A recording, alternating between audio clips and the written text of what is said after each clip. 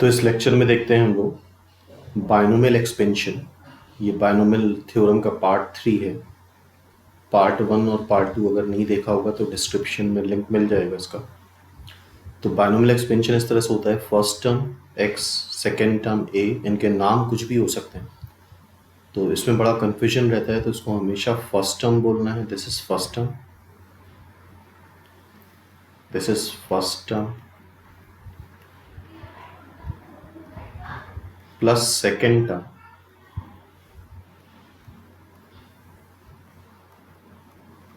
Whole to the power n।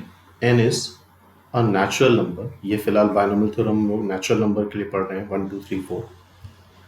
तो x और a करके नहीं याद रखना है, इसको फर्स्ट टर्म और सेकेंड टर्म करके ही याद रखना है। तो बायनोमियल एक्सपेंशन किस तरह से होगा, that is nc0 first term की power n minus 0, second term की power 0, then nc1 first term की power n minus 1, second term की power 1, then nc2 first term की power n minus 2, second term की पावर 2। इस तरह से आगे लिख सकते हैं हम लोग। इसका जनरल टर्म होता है NCR फर्स्ट टर्म की power n minus r, second term की power r, and last term is NCN first term की power n minus n and second term की पावर n। तो जैसा कि यहाँ एक्सपेंशन में देख रहे हैं, x is the first term, a is the second term, power n, तो that is NC0 first term की power n minus 0, second term की पावर 0, a की पावर 0 अगर यहाँ करेंगे तो that is 1। Then second term is NC1 first term की power n minus 1, second term की power 1। Then NC2 first term की power n minus 2, second term का square. Then NCN first term की पावर मतलब x की power n minus n, that is 0, तो जो कि 1 बन जाएगा, एंड सेकेंड टर्म की पावर n। तो कन्फ्यूजन ना रहे इस वजह से इसको ऐसे ही बुलाना है, first term and second term, otherwise ये a प्लस एक्स हो जाएगा। और यहाँ पे टर्म्स का ऑर्डर इम्पॉर्टेंट है, अदरवाइज अलजेब्रा में देखें a plus b plus c लिखें या b c plus a b plus a लिखें, दोनों चीज़ें बराबर आती हैं। लेकिन यहाँ पे फर्स्ट टर्म क्या है वो चीज़ इम्पॉर्टेंट है, सेकेंड टर्म क्या है वो भी इम्पॉर्टेंट है, तो ऑर्डर इम्पॉर्टेंट है यहाँ पे। इस वजह से इसको ऐसे ही याद रखना है। तो अब बायनोमियल एक्सपेंशन यूज़ करके हम कोई भी फॉर्मूला लिख सकते हैं। लाइक अगर हमें लिखना है a प्लस बी की पावर 4, तो that is 4c0 first term की पावर 4 माइनस 0, सेकेंड टर्म की power 0, then 4c1 first term की पावर 4 माइनस 1, सेकेंड टर्म की power 1, then 4c2 first term की पावर 4 माइनस 2, सेकेंड टर्म का square, then 4c3 first term की power 4 minus 3, second term का cube, then 4c4 first term की power 4 minus 4, second term means b की power 4। तो as we know 4c0 मतलब like nc0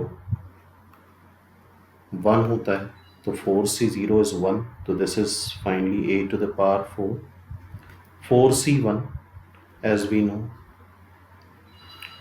nc1 n होता है, तो 4c4 4 हो जाएगा, a cube b। 4c2 nc2 हमें पता होना चाहिए, nc2 is n minus 1 divide by 2, तो 4 रख देंगे यहाँ पे, तो 4 इंटू 3 divide by 2, that will be 6 a square b square. Then 4c3 is 4 a b cube, then 4c4 is 1 b की पावर 4। तो इस तरह से बायनोमियल एक्सपेंशन हम यूज़ कर सकते हैं। और ध्यान रखना है कि यहाँ पे नाम a और b ना बोल करके फर्स्ट टर्म और सेकेंड टर्म बोला जाए। तो फॉर एग्जांपल अब एक और एग्जांपल देखते हैं।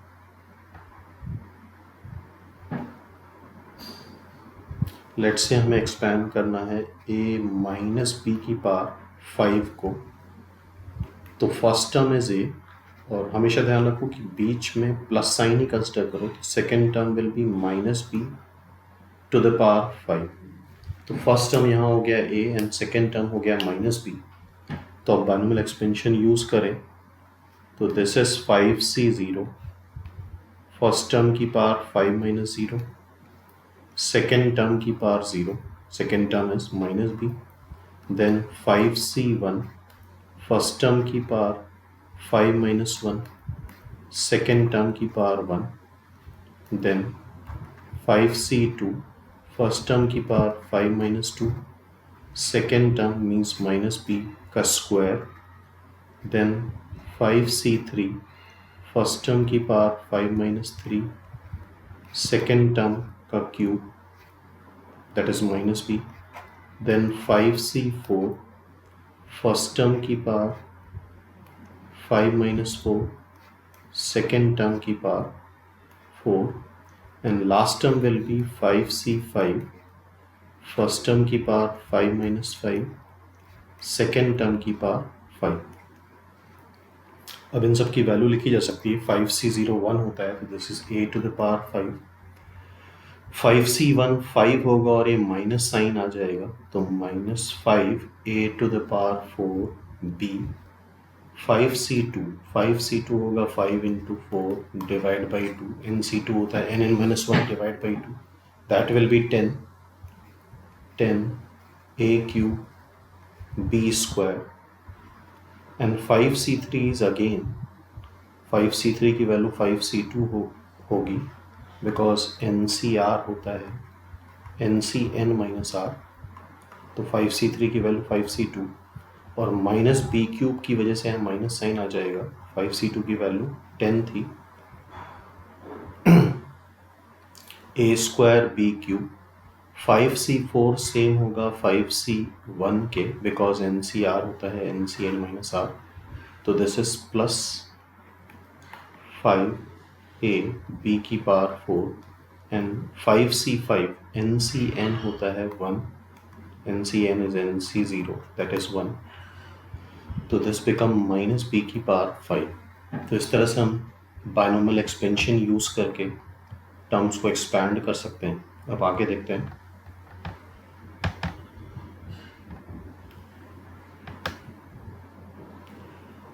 लाइक यहाँ पे अगर हम देख रहे हैं a प्लस बी सेम चीज़ है, a प्लस बी। अच्छा, यहाँ पे a plus B real number भी हो सकते हैं और as well as complex number भी हो सकते हैं। यूजुअली अलजेब्रा रियल नंबर और कॉम्प्लेक्स नंबर दोनों के लिए वैलिड होती है और ये अलजेब्रा का चैप्टर है। a प्लस बी की power n, first term is a, second term is b, तो NC0 फर्स्ट टर्म की power n minus 0, second term की पावर 0, NC1 फर्स्ट टर्म की power n minus 1, second term की power 1, NC2 first term की power n minus 2, second term का square. ये इसका general term है NCR, जो कि बहुत इंपॉर्टेंट है, आगे पता चलेगा। NCR फर्स्ट टर्म की power n minus r, second term की power r, NCn first term की power n minus n, second term की पावर n, तो this is its general term. ये इसका जनरल टर्म है, स्टार्टिंग हो रही है 0 से, ये इसका फर्स्ट टर्म, फिर NC1 इसका सेकेंड टर्म, NC2 इसका थर्ड टर्म, तो इस वजह से इसका TR प्लस 1 है। सबस्क्रिप्ट अगर 2 है तो टर्म का नंबर 1 ज़्यादा है, थर्ड आ रहा है, तो सबस्क्रिप्ट R है तो दिस इज TR प्लस 1, जो कि काफ़ी इंपॉर्टेंट है। इसका जनरल टर्म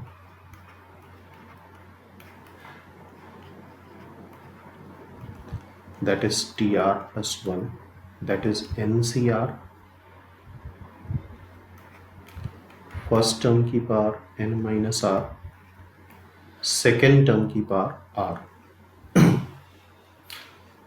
तो इसको समेशन के फॉर्म में इस तरह से लिख दिया है, a प्लस बी की power n summation r is equal to 0। यहाँ पे इसका जनरल टर्म लिख दिया है NCR, r की वैल्यू देख रहे हैं यहाँ 0 से स्टार्ट हो रही है और कहाँ तक जा रही है, n तक जा रही है। तो NCR r is equal to 0 से n, NCR फर्स्ट टर्म की पावर n माइनस r और सेकेंड टर्म की पावर r। तो ये फॉर्मूला बहुत इंपॉर्टेंट है जनरल टर्म का, TR plus 1, that is NCR first term की power n minus r, second term की पावर r। अब यहाँ पे क्या करा है, a को 1 रख दिया और b की जगह x रख दिया। अगर इस एक्सपेंशन में हम a को 1 और b को x रख देंगे तो एक्सपेंशन इस तरह से आ जाएगा। ये एक्सपेंशन भी हमें याद होना चाहिए, x की पावर इंक्रीज करती जा रही है, NC0 plus NC1 x plus NC2 x square plus NCR x to the power r। Plus N C N X to the power N, और इसका समेशन के फॉर्म में इस तरह से लिख दिया है, summation R is equal to 0 से N C R X to the power R. तो ये एक्सपेंशंस काफ़ी इंपॉर्टेंट है, आगे देखते हैं। नेक्स्ट बात करते हैं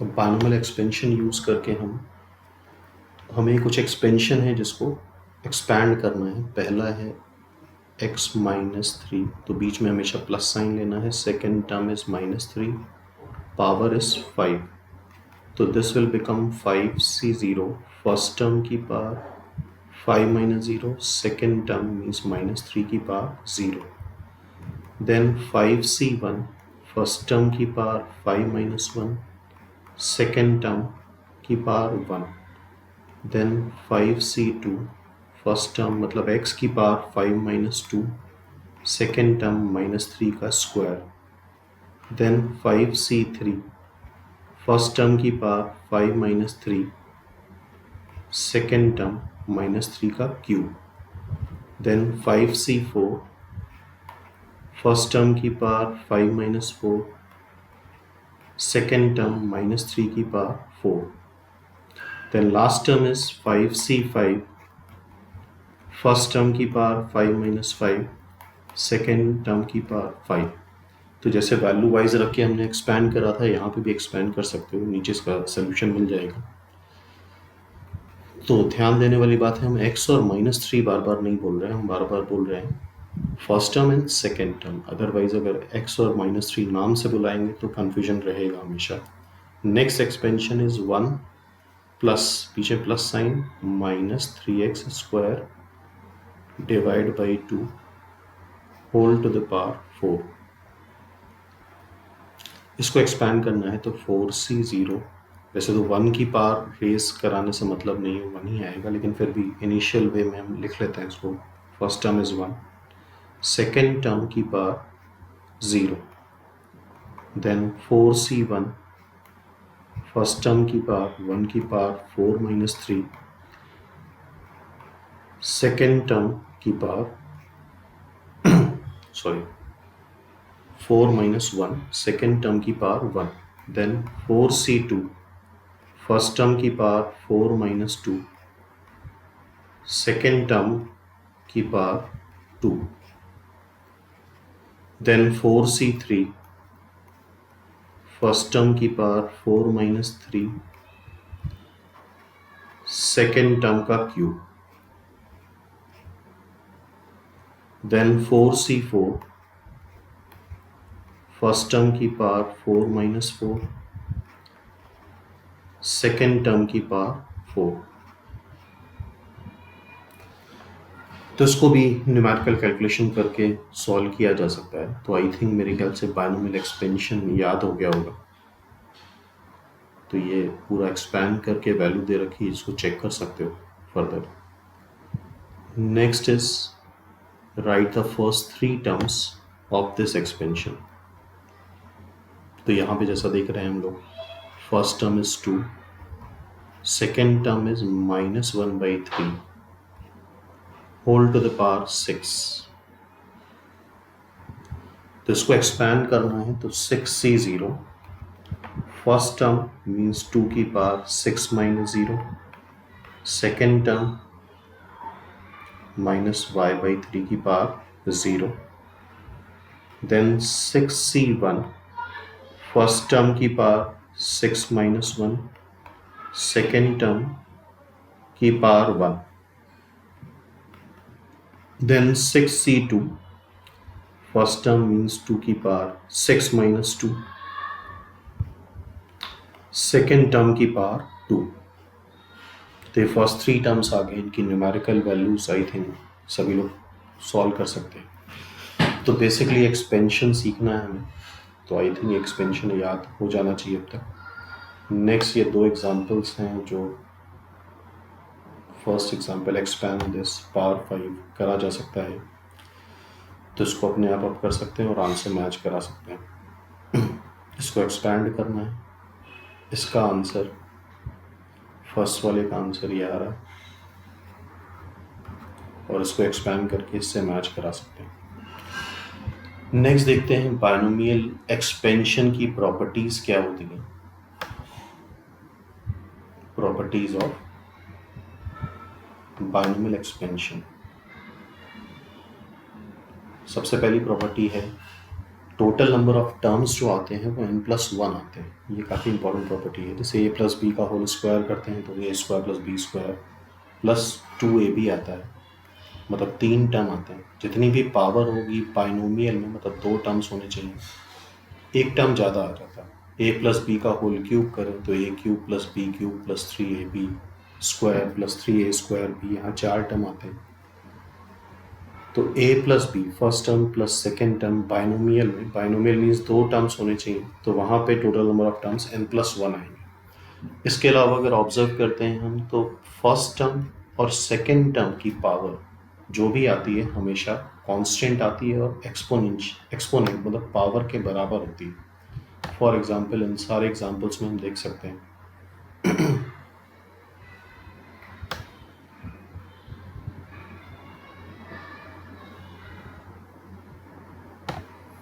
फर्स्ट एग्जांपल में अगर देखें तो फर्स्ट टर्म की पावर n है और सेकेंड टर्म की पावर 0 है, मतलब सम n आ गया। फर्स्ट टर्म की पावर n-1 है, सेकेंड टर्म की पावर 1 है, फिर सम n आ गया। फर्स्ट टर्म की पावर n-2 है, सेकेंड टर्म की पावर 2 है, फिर n आ गया। जनरल टर्म में अगर देखें तो फर्स्ट टर्म की पावर n-r है, सेकेंड टर्म की पावर r है, तो फिर से सम n आ गया। तो मतलब फर्स्ट टर्म और सेकेंड टर्म की पावर का सम हमेशा n के बराबर होता है। इसके अलावा ये भी ध्यान रखना है कि बाइनोमियल एक्सपेंशन में NCR मतलब ये जो सबस्क्रिप्ट है r is the subscript of binomial coefficient is equivalent to जो सेकेंड टर्म की पावर होती है। सेकेंड टर्म की पावर भी r है और NCR की सबस्क्रिप्ट भी r। तो सेकेंड प्रॉपर्टी हो गई कि फर्स्ट टर्म और सेकेंड टर्म की पावर का सम हर एक टर्म में बराबर आएगा। Next property the binomial coefficient. Third property the binomial coefficient NC0, NC1, NCn जो टोटल n+1 टर्म्स होंगे, ये equi distance from and beginning, इनकी वैल्यू इक्वल आती है। एंड शुरुआत होती है NC0 से, एंड होता है NCn से। ये दोनों वैल्यूज़ बराबर आती हैं according to formula NCR = NCn - r के।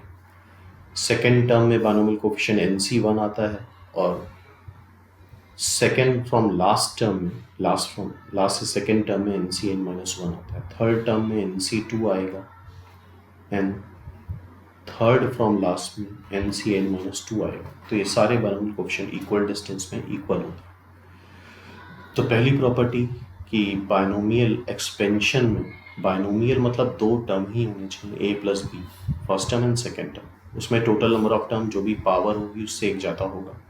अब इस पे बेस्ड एक एग्जांपल है, the number of dissimilar terms, different terms आने चाहिए इन द एक्सपेंशन ऑफ दिस।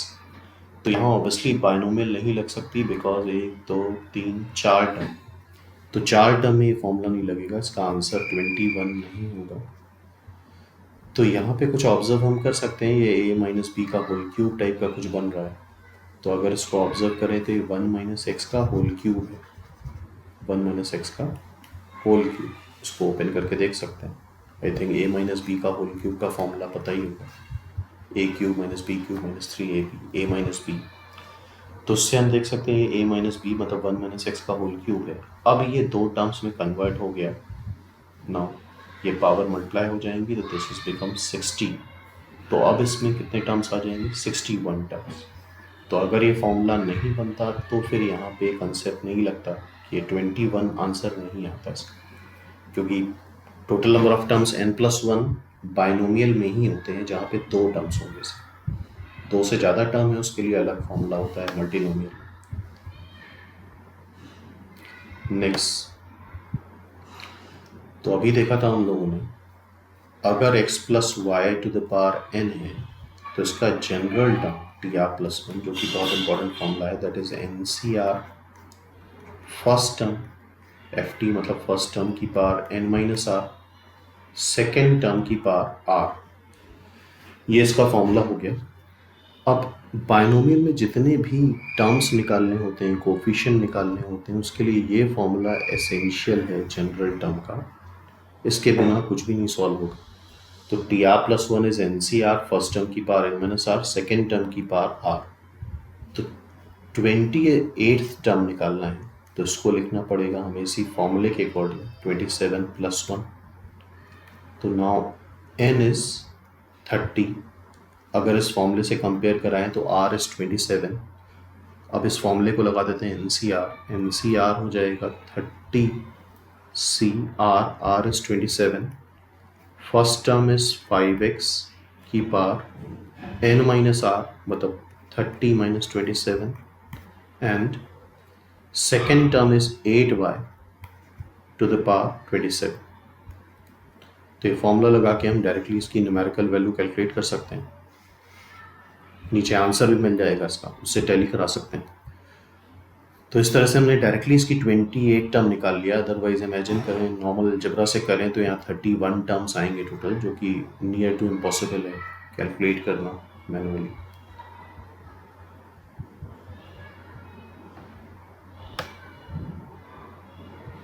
तो इसमें ये आंसर आ रहा है इसका, इसको मैच करा सकते हो, this the answer.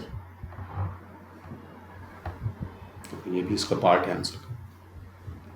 Next example देखते हैं। स्क्रीन पे दिख रहा होगा आपको। If seventh term and 13 term, expansion है 1 plus X to the power n, इसका सेवेंथ टर्म अगर निकालना है हमें तो फिर से वही एसेंशियल फॉर्मूला यूज करना होगा, t6 plus 1, n is n, r is 6। तो nc6 फर्स्ट टर्म की power n minus 6, second term की पावर 6। तो this is nc6 x to the power 6। इसका 13 टर्म t13, फिर से वही फॉर्मूला t12 प्लस 1।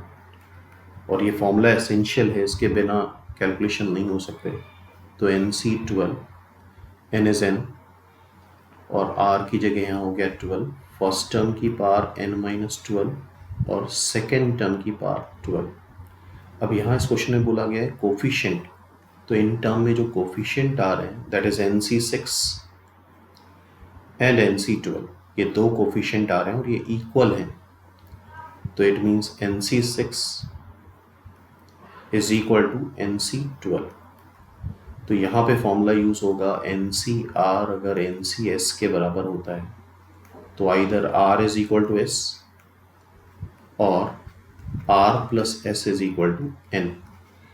तो यहाँ पे 6 तो 12 के बराबर है नहीं, इट मीन्स 6 प्लस 12, मतलब r plus s is equal to n, means n is equal to 18। तो इट्स आंसर विल बी 18। इसका आंसर 18 हो गया। नेक्स्ट देखते हैं।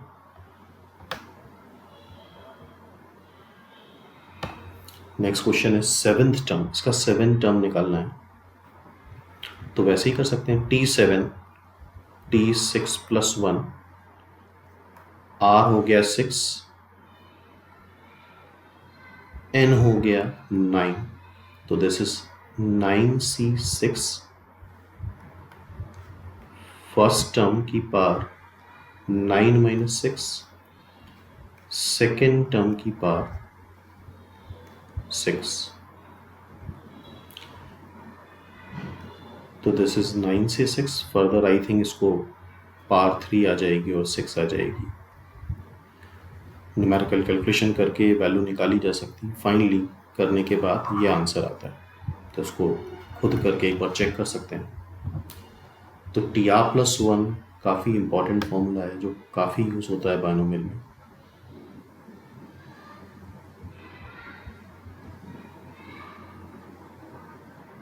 तो अभी तक जो हम लोग बात कर रहे थे, लाइक जैसे हमने सेवेंथ टर्म की बात करी थी, सिक्स टर्म की बात करी थी, तो ये बात अंडरस्टूड है कि सेवन टर्म जो होगा t6 प्लस 1 वो इनिशियल से ही होगा, फ्रॉम बिगनिंग। लेकिन अगर क्वेश्चन ऐसा बोला जाए कि पीछे से फ्रॉम एंड pth टर्म बताना है तो वो n minus P plus 2th term होता है बिगनिंग से। तो ये फॉर्मूला भी बहुत इंपॉर्टेंट है, P at term from end. T R plus one से जो भी आएगा वो बिगनिंग से आएगा, लेकिन अगर P at term from end बताना है तो इसको अच्छे से याद करने की ज़रूरत है। That is T of N minus P plus two at term from big. P at term from end is T N minus P plus two at term from beginning. तो इस पर एग्जाम्पल ये बेस्ड है। Seventh term from end बताना है, N की value 10 आ रही है तो फॉर्मूले में रखते हैं यहाँ पे N is 10, P is 7 plus 2, तो this is T5, this is 3, this is 2, T5। T5 को तुम लिख सकते हो T4 प्लस 1। तो जो पांचवा टर्म शुरुआत से होगा वो 7 टर्म फ्रॉम बिगनिंग होगा, डायरेक्टली फॉर्मूले से ही आ जाएगा। तो आई थिंक इसकी बात करा जा सकता है। N is 10, 10C4, first term की power 10 minus 4 and second term means minus 2 by x square की पावर 4। और फाइनली इसको सॉल्व करा जा सकता है। तो ये फॉर्मूला भी इंपॉर्टेंट है, P at term from end is T N minus P plus two at term from beginning. तो टी आर प्लस वन से जो इनिशियल फॉर्मूला देखा है, ऑब्वियसली वहाँ से शुरुआत से इनिशियल से टर्म्स आते हैं, तो इसको भी यहाँ आंसर चेक कर सकते हो कैलकुलेशन करके। This is the answer. Next देखते हैं थर्ड टर्म फ्रॉम एंड। तो यहाँ पे भी हम सिंपल कैलकुलेशन करके देख लेते हैं। एन इज 9, तो T9 minus P is 3 plus 1, तो T7, तो 7 टर्म होगा,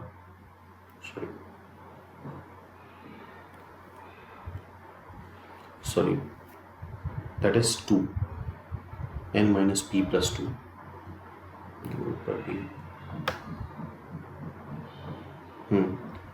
n minus P plus 2। Okay, तो इस केस में n minus P plus 2 that is T8। T8 is the T8 जो आठवां टर्म होगा बिगनिंग से, वो तीसरा टर्म होगा आखिरी से। ओके, और आठवां टर्म इसमें हम निकाल सकते हैं T8। T8 को क्या लिखा जाता है? T8 is T7 plus 1, that is n is 9, 9C7, first term is here x cube, second term is minus 1 by x। तो इसको पूरा सॉल्व करके कैलकुलेशन चेक कर सकते हो। This the answer.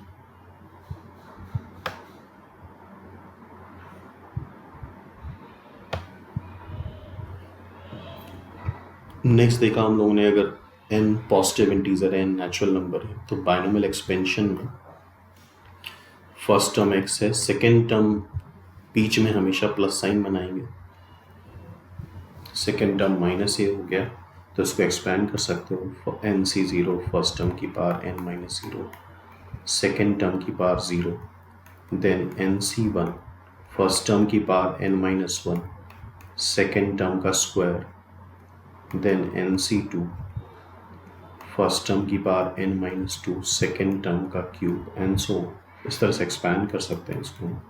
तो यहाँ पे ऑल्टरनेट प्लस माइनस साइन आएगा, ये प्लस साइन के साथ होगा, ये टर्म विथ माइनस साइन होगा, ये टर्म विथ प्लस साइन होगा। तो ऑल्टरनेट प्लस माइनस साइन आएगा, जो कि यहाँ पे दिख रहा है हमें इस एक्सपेंशन। और इसका general term T R plus 1 जो आ रहा है, दैट इज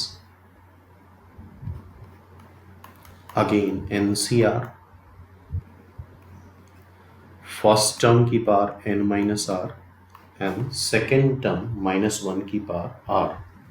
अब इसमें से एक माइनस साइन इन्होंने बाहर निकाल लिया है, तो -1 to the power r, a to the power r। तो this is a general term. ये इसका जनरल टर्म हो गया। एक्सपेंशन समेशन के फॉर्म में हम ऐसे लिख सकते हैं, समेशन r की वैल्यू 0 से n, NCR फर्स्ट टर्म की power n minus r, second term की पावर r। तो प्लस साइन वाला एक्सपेंशन भी देख लिया और ये माइनस साइन वाला एक्सपेंशन भी देख लिया। अब नेक्स्ट इसमें इन दोनों को ऐड किया जा रहा है। इन दोनों को ऐड करेंगे, इन एक्सपेंशन को ऐड करेंगे, तो ये सारे, ये पहला टर्म आ गया, ये तीसरा टर्म होता है, ये 5वां टर्म होगा। और अगर ऐसे बोलें सबस्क्रिप्ट के टर्म में तो सारे इवन सबस्क्रिप्ट वाले टर्म्स आ जाते हैं। तो ये फॉर्मूला इम्पॉर्टेंट है, कोशिश करके इसको याद कर लेते हैं। इसमें अगर n इवन होता है, तो ये क्वेश्चन कई बार पूछा जा चुका है, अगर याद है तो डायरेक्टली टिक कर सकते हैं। अगर n इवन है तो टोटल नंबर ऑफ टर्म्स जो आते हैं n+2 डिवाइड बाई 2 आते हैं। और अगर n ऑड है तो टोटल नंबर ऑफ टर्म्स आते हैं n+1 डिवाइड बाई 2। इसको आगे एक्सरसाइज में देखेंगे, सॉल्व भी करके देख लेंगे। तो फॉर एग्जांपल ये एक एग्जांपल है सेम उस पर, यहाँ पे n देख रहे हो 9 है जो कि ऑड है। इसमें पूछा जाएगा टोटल नंबर ऑफ टर्म्स बताओ, तो अगर ये फॉर्मूला याद है तो सीधे सीधे फॉर्मूला लगा दें 9+1 divide by 2 that is 5। Total number of terms are 5, otherwise unnecessary calculation करना पड़ेगा। तो ऑब्जेक्टिव पेपर में बहुत कुछ याद होना चाहिए। अब इसी तरह से अगर इसमें दोनों एक्सपेंशन को सब्ट्रैक्ट कर दिया है तो ये सबस्क्रिप्ट ऑड वाले सारे टर्म्स आ रहे हैं, NC3 NC5। तो इसमें भी याद रखना है, अगर n इवन है total number of terms n/2 होगा, अगर n ऑड है total number of terms n+1/2 आता है। तो इसको नोट कर सकते हो और याद कर लो तो बेटर रहेगा।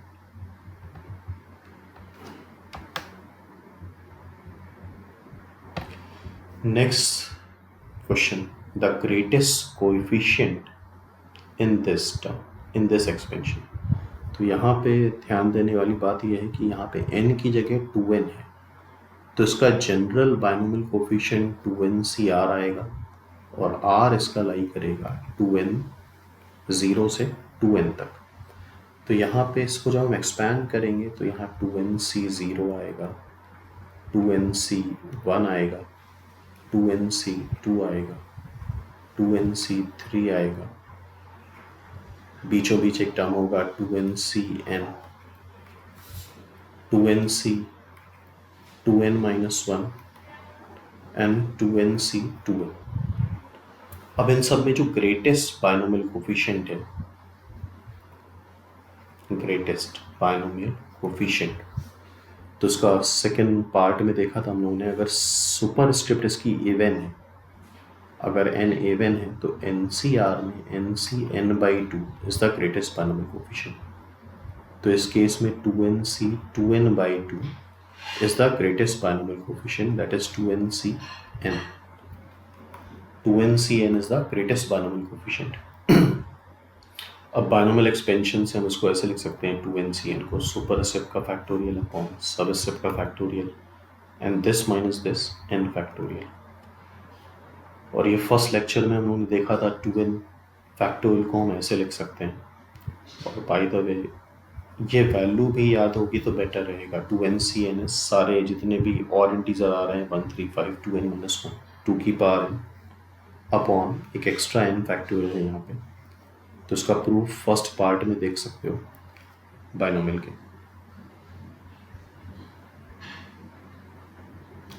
Next example 3। अब ये एग्जाम्पल इस तरह क्वेश्चन थोड़े लेंदी होते हैं।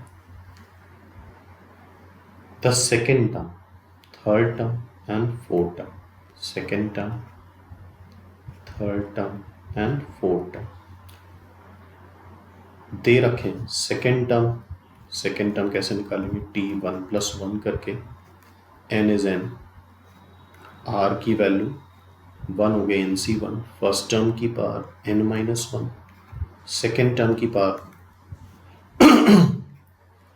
Then third term is t2+1 that is NC2, first term की पावर n-2, सेकेंड टर्म की पावर 2।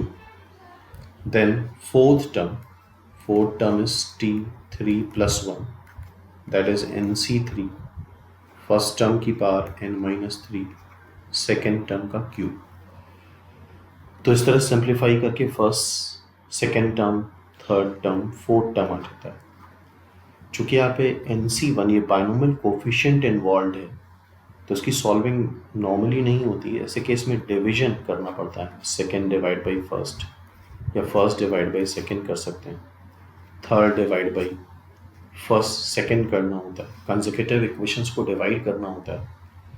और ये वैल्यूज़ हमें दे रखी हैं 135, 30 एंड तो इस तरह क्वेश्चन थोड़े लेंदी होते हैं।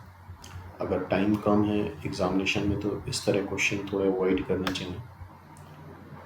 तो फर्स्ट डिवाइड बाई सेकेंड कर लिया। यहाँ से एक क्वेश्चन आ रही है NC2 अपॉन NC1। यहाँ पे हम यूज़ कर सकते हैं फॉर्मूला NCR अपॉन NCR-1 का, जो कि N-R+1 अपॉन R आता है। तो A और B में यहाँ पे एक क्वेश्चन मिल जाएगी हमें। Then second divide by third कर लेंगे। सेकेंड डिवाइड बाई थर्ड, यहाँ से एक क्वेश्चन मिल जाएगी। फर्स्ट डिवाइड बाई सेकेंड करने पे ये हमें चौथी क्वेश्चन मिली थी, और सेकेंड डिवाइड बाई थर्ड करने पे फोर्थ इक्वेशन मिली थी। दो इक्वेशन आएंगी और इन दोनों को जब हम सॉल्व करेंगे डिवाइड करके तो n की वैल्यू यहाँ 5 आ जाती है। तो कैलकुलेशन थोड़े से बढ़ जाते हैं यहाँ पे। तो मेथड देख सकते हो। तो इस तरह क्वेश्चन में डिवीजन करके ही सॉल्व होता है। डिवाइड करना होगा म्यूचुअली क्वेश्चंस को, फिर से दो इक्वेशन आएंगी, first divide by second, second divide by first, और यहाँ पे जो वैल्यू बतानी हो n की वैल्यू बतानी हो।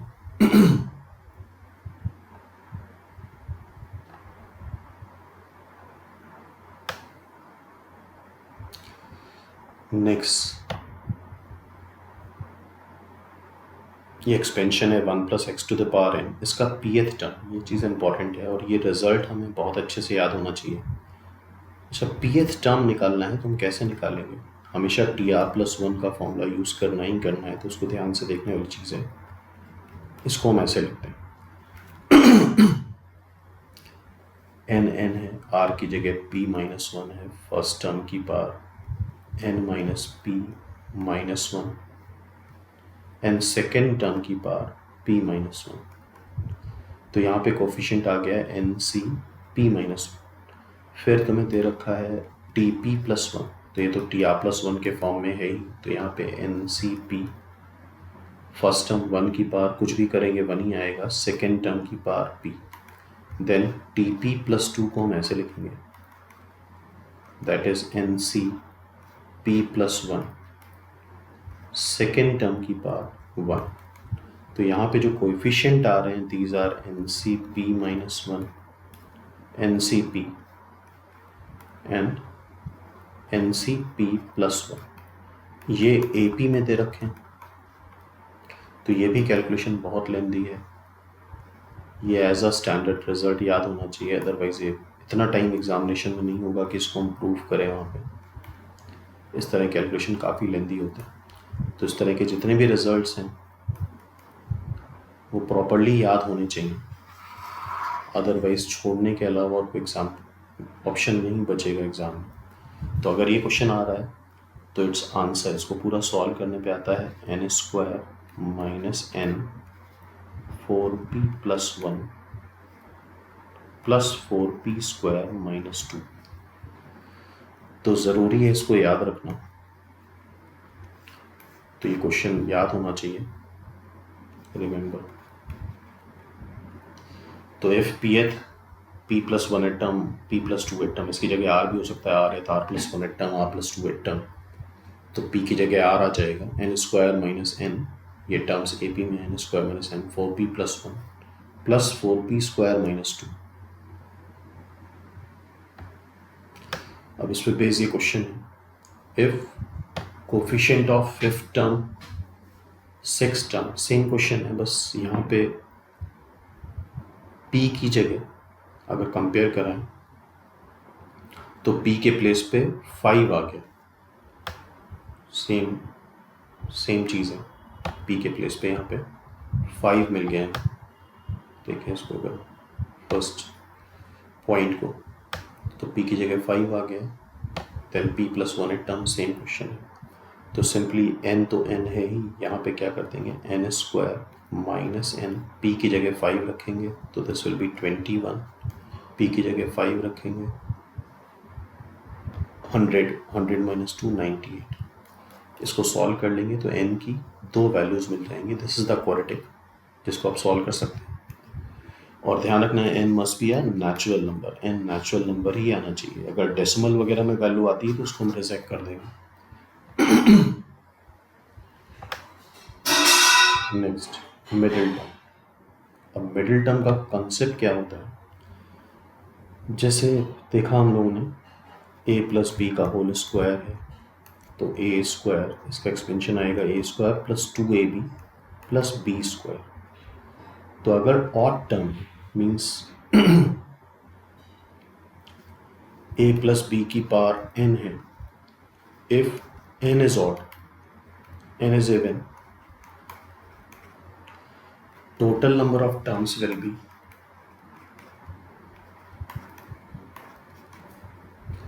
n प्लस 1 हो जाएंगे, जो कि ऑड हो जाएंगे।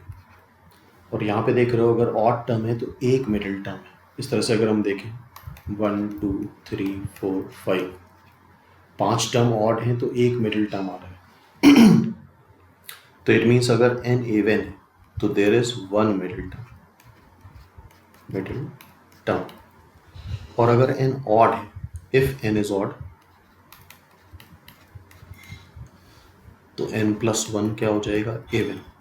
n plus 1 will be even. अगर n प्लस 1 इवन है, for example a b c d, तो यहाँ दो मिडिल टर्म आते हैं b एंड c। तो ये याद रखना होगा, अगर n इवन है तो एक मिडिल टर्म आएगा, n ऑड है तो दो मिडिल टर्म आएंगे। ओके, तो इस फॉर्मूले से देख सकते हैं अगर n इवन है तो एक मिडिल टर्म आएगा। इसमें भी काफ़ी कन्फ्यूजन रहता है, थोड़ा ध्यान से याद करना होगा। तो tn/2 plus 1 is the only middle term इस केस में। और n अगर ऑड है तो tn plus 1/2 and tn plus 3/2 are the middle term. तो इसमें काफ़ी गड़बड़ करके आते हैं, सिंपल कंसेप्ट है लेकिन कन्फ्यूजन रहता है, तो इसको ऐसे ही याद कर सकते हैं। 3 टर्म है तो एक मिडिल टर्म आ रहा है, 4 टर्म है तो दो मिडिल टर्म आ रहे हैं, तो इससे रिलेट करके याद करा सकते हैं। तो फाइनली याद रखना है कि अगर n इवन है तो एक मिडिल टर्म, n इवन तो tn/2 plus 1 is the middle term.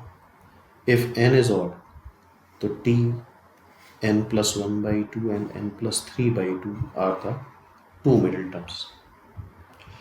Next example देखते हैं इस पे based. If the middle term in the expansion is this, तो यहाँ पे मिडिल टर्म दे रखा है तुम्हें, और वो मिडिल टर्म खास बात क्या है, एक है। ऐसा नहीं हो सकता कि दो हो और दूसरा ना दिया जाए। तो एक मिडिल टर्म है, इसका मतलब एक मिडिल टर्म कब होता है, जब n इवन होता है। और n इवन होगा तो याद होना चाहिए tn/2 plus 1 is the middle term. तो यहाँ पे फॉर्मूला लगा देते हैं, r की जगह हो गया n/2, n/2 फर्स्ट टर्म की power n minus n/2 that is n/2, second term की power n/2, and that is equivalent to 9 to 4 x to the 9 to 4, this is 4 x to the power 6। तो इसके नीचे हम देख सकते हैं, इसको जब कंपेयर कराया तो यही चीज़ लिखी है, और x की पावर यहाँ n आ रही है और यहाँ पे x की पावर n/2 आ रही है। तो फाइनली ये x की पावर बच रही है n/2। सीधे सीधे यहाँ पे क्या करा है, ये n/2 को कंपेयर करा दिया किससे, 6 से। तो n/2 अगर 6 है, क्योंकि अगर ये दोनों चीज़ें सेम हैं तो कोफिशिएंट भी सेम आना चाहिए और साथ में x की पावर भी सेम आनी चाहिए। तो सिंपल है, n इज इक्वल टू 12। अब चाहे तो वेरीफाई यहाँ पे करके देख सकते हैं, n को 12 रख के, n को 12 रखेंगे तो दिस विल बी 12c6। आगे हम देख सकते हैं इसको 12c6 सॉल्व करने पे अगर ये आंसर आ जाता है 9 to 4, तो मीन्स दिस द आंसर। तो n इज 12।